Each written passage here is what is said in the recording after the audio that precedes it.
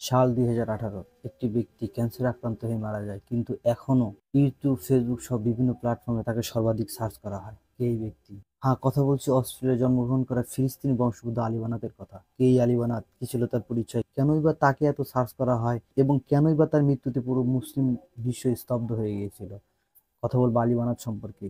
তার আগে যারা আমাদের চ্যানেলকে এখনো সাবস্ক্রাইব করেনি তারা আমাদের চ্যানেলকে সাবস্ক্রাইব করুন, পাশে থাকা বেল আইকনটি চাপ দিন যাতে করে আমাদের প্রত্যেকটা ভিডিওর আপডেট নোটিফিকেশন খুব সহজেই পেয়ে যান। কেউ একজন বলেছিল, এমন জীবন তুমি করিবে গঠন, মরণে হাসিবে তুমি কাঁদিবে ভুবন। ঠিক সেই রকম একটি জীবন যাপন করেছিল আলী বানাত। মাত্র 23 বছর বয়সে তিনি মিলেনিয়ার হয়ে গিয়েছিলেন। তিনি মাত্র 23 বছরে একটি নিরাপত্তা এবং একটি বৈদ্যুতিক কোম্পানির মালিক ছিলেন। একজন মানুষের বিলাসী জীবন যাপন করার জন্য যতগুলো উপকরণ দরকার সবগুলোই ছিল তার। ফেরারি, স্প্লেন্ডার মতো দামি দামি গাড়ি তার কাছে ছিল এবং তার একটি হাতের ব্রেসলাইটের মূল্য ছিল বাংলাদেশি টাকায় 58 লক্ষ টাকা। শুধু তাই নয়, তার শোকেস আলমারি বিভিন্ন জায়গায় স্তরে তরে সাজানো ছিল বিভিন্ন দামি দামি ব্র্যান্ডের শু, টি শার্ট, বিভিন্ন কিছু। কিন্তু তার একটি ঘটনা তার জীবনের মোড় পাল্টে দেয়।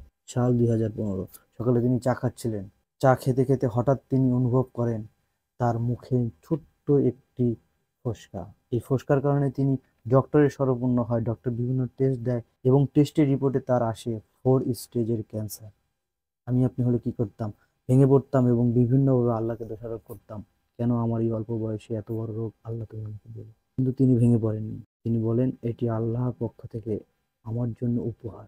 ডক্টর তার সময় বেঁধে দেয় মাত্র 7 মাস, কিন্তু এই 7 মাসকেই তিনি জীবনের সবচেয়ে গুরুত্বপূর্ণ 7 মাস হিসেবে বিবেচনা করেন এবং তিনি নির্ধারণ করেন, আমার যত অর্থ আসে সব আমি মুসলিম সোসাইটিতে যারা সুবিধা বঞ্চিত আছে তাদেরকে দান করব। এবং তারই ফলশ্রুতিতে তিনি একটি অলাভজনক প্রতিষ্ঠান নির্মাণ করেন, যে প্রতিষ্ঠানের নাম ছিল মুসলিম অ্যারাউন্ড দ্য ওয়ার্ল্ড, সংক্ষিপ্ত রূপে MATW। এবং সেই প্রতিষ্ঠানের ধারাবাহিকতায় 600 এতিম বাচ্চাদের জন্য একটি বিদ্যালয় এবং বিভিন্ন জায়গায় ক্লিনিক, হসপিটাল তৈরি করেন এবং বিশ্বের বিভিন্ন মুসলিম কান্ট্রিতে তিনি অসংখ্য মসজিদ নির্মাণ করেন। ডক্টর বেঁধে দেয় তার জীবন 7 মাস, কিন্তু 7 মাস বেঁধে দেওয়ার পরেও তিনি বেঁচে ছিলেন 2 বছর, অর্থাৎ ক্যান্সার আক্রান্তের পরেও তিনি বেঁচে ছিলেন মোট 2 বছর। আর অবশেষে সাল 2018 29শে মে তিনি মৃত্যু করে ঢলে পড়েন।